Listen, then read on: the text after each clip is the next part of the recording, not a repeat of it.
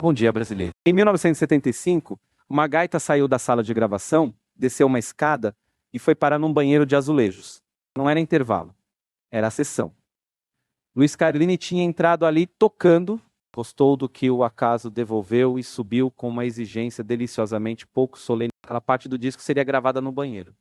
O clássico do rock brasileiro também pode começar quando alguém se afasta do lugar certo e encontra o cômodo. Perfeito. Hoje, o disco da manhã é Fruto Proibido, de Rita Lee em Tutti Frutti. Depois, Jovelina Pérola Negra chega ao vinil aos 40 anos e transforma uma feira em comédia de legumes. Madalena Schwartz troca a lavanderia pelo retrato, tende uma lona no 30º andar do Copan e deixa os rostos ocuparem tudo. 3 histórias sem parentesco obrigatório. O Bom Dia Brasileiro está começando. Fruto Proibido nasceu depois de uma insatisfação. Rita Lee e o Tutti Frutti tinham sentido interferências demais no álbum anterior, Atrás do Porto Tem uma Cidade. João Araújo, da Som Livre, fez o convite decisivo. O grupo poderia preparar o disco seguinte com liberdade.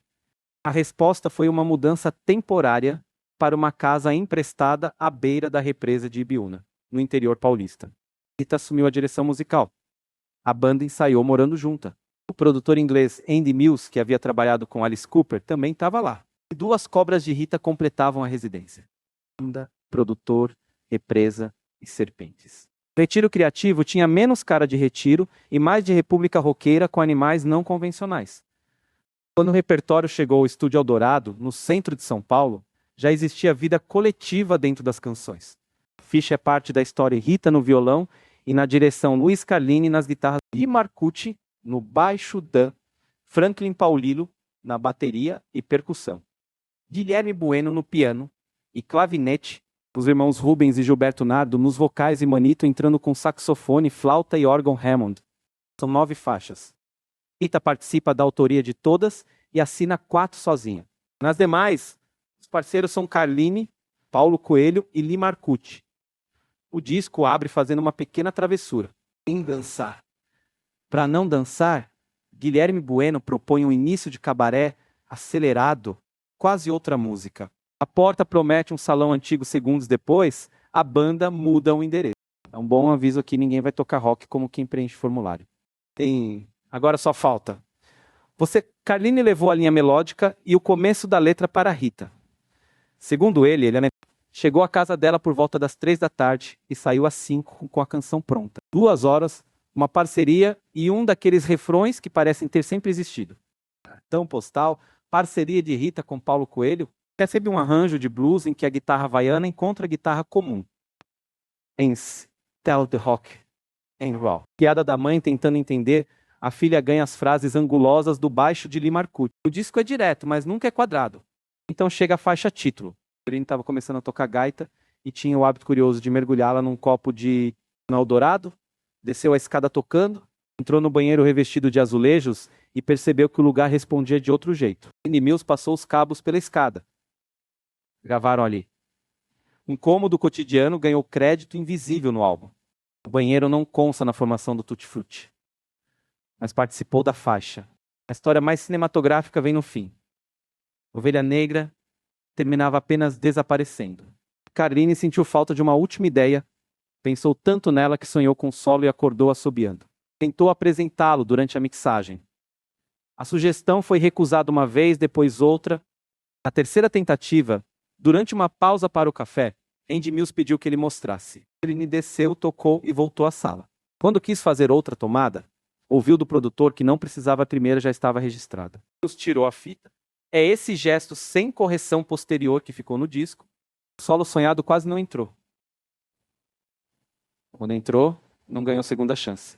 São manhãs em que o acaso trabalha como uma pontaria irritante. Fruto Proibido pôs nas rádios uma compositora que tratava a independência, família, desejo e inadequação com humor, ou sem pedir licença ao ambiente masculino do rock. O contexto era a ditadura, e a censura acompanharia Rita de perto. Mas o álbum não cabe num prontuário político. Sua força está também no prazer da banda, na inteligência pop, e no modo como o deboche abre espaços sem transformar cada canção em discurso. A capa rosa participa dessa afirmação. Rita aparece na casa dos pais, diante de uma penteadeira herdada da avó, cercada por objetos domésticos e pelo sintetizador. A fotografia é creditada a Mecata Art, a Kelly. Parte interna, a banda posou diante de um espelho. Aline recorda que a imagem espelhada fez todos parecerem canhotos. Até a ficha da banda saiu do lado avesso. Com esse disco, o erro aparente vive dando sorte. Agora outra artista. Jovelina Faria Belfort morou na Pechincha e na Pavuna. Trabalhou como empregada doméstica, lavadeira e vendedora de linguiça. Foi baiana do Império Serrano e partideira no botequim da Escola da Serrinha. No começo dos anos 80, entrou também na roda da Tamarineira, no Cacique de Ramos. Ali circulava uma geração em ebulição: Fundo de Quintal, Almir Guineto, Arlindo Cruz, Jorge Aragão, Beto Sem Braço, Zeca Pagodinho e muitos outros. A gravadora RGE reuniu 5 nomes ainda novos para o grande público no LP Raça Brasileira, de 1985, Helene Machado, Pedrinho da Flor, Mauro Diniz, Zeca e Jovelina. 5 estreias dividindo o mesmo vinil. A coletânea funcionava como uma roda prensada. Ninguém precisava esperar a indústria aprender cada nome separadamente. Jovelina tinha 40 anos. Não estava começando no samba. O disco é que finalmente chegava onde a roda já sabia que ela existia. Jovelina entrou com 2 faixas. Em Bagaço da Laranja, dividiu a interpretação com Zeca Pagodinho. Em Feirinha da Pavuna, a composição dela montou uma pequena briga de mercado em que cebola, pimentão, tomate, pepino, melancia, abóbora e jiló viram personagens. É partido alto com desenho animado dentro. A graça não diminui a precisão. Cada legume entra já com personalidade, cor, volume ou sabor prontos para virar ação. A Feira Real fornece o elenco à imaginação, arma a confusão. Jovelina conhecia a arte de lançar uma imagem e deixar a resposta coletiva completar o espaço. Tinha humor fora da canção.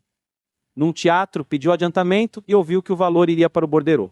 Entendeu outra coisa e respondeu que ninguém punha nada no seu corpo.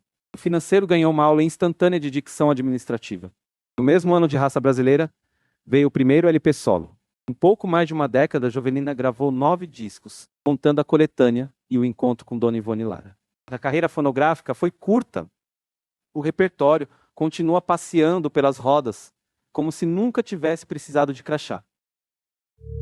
Madalena Schwartz começou a estudar fotografia aos 45 anos. Tinha nascido em Budapeste, vivido na Argentina e chegado ao Brasil em 1960. Em São Paulo, comandava com a família a lavanderia Irupê.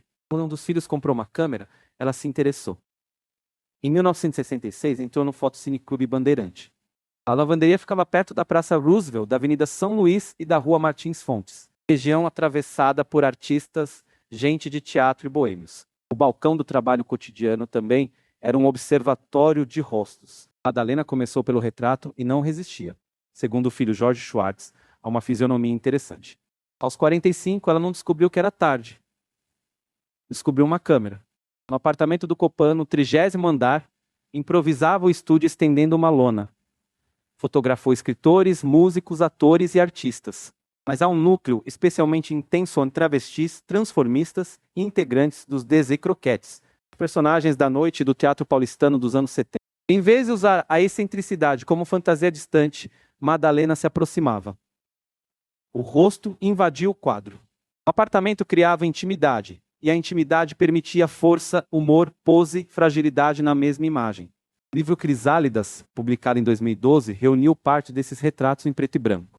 O acervo preservado pelo Instituto Moreira Salles passa de 16 mil imagens. É uma obra enorme que começou numa lavanderia, atravessou uma câmera comprada pelo filho e encontrou estúdio onde cabia dentro de casa, acima da cidade. Fruto Proibido, a primeira pista está nos desvios.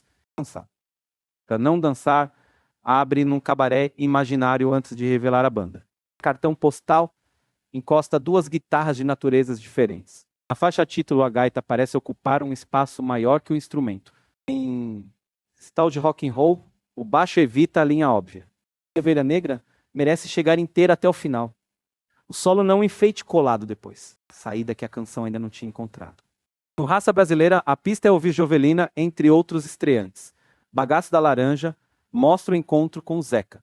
Feirinha da Pavuna, condensa teatro, Partido Alto e bairro em pouco mais de 3 minutos. Para ver Madalena, o IMS mantém uma seleção do acervo e o livro Crisálidas. Primeiro vem os olhos depois, roupas, mãos, maquiagem e fundo. A lona improvisada desaparece.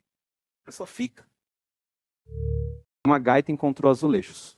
A partideira encontrou o disco depois dos 40. Uma lavadeira encontrou, no rosto dos vizinhos, uma obra de 16 mil imagens. Café da manhã com rock, legumes briguentos e São Paulo vista do 30º andar. Bom dia, Brasil já começou.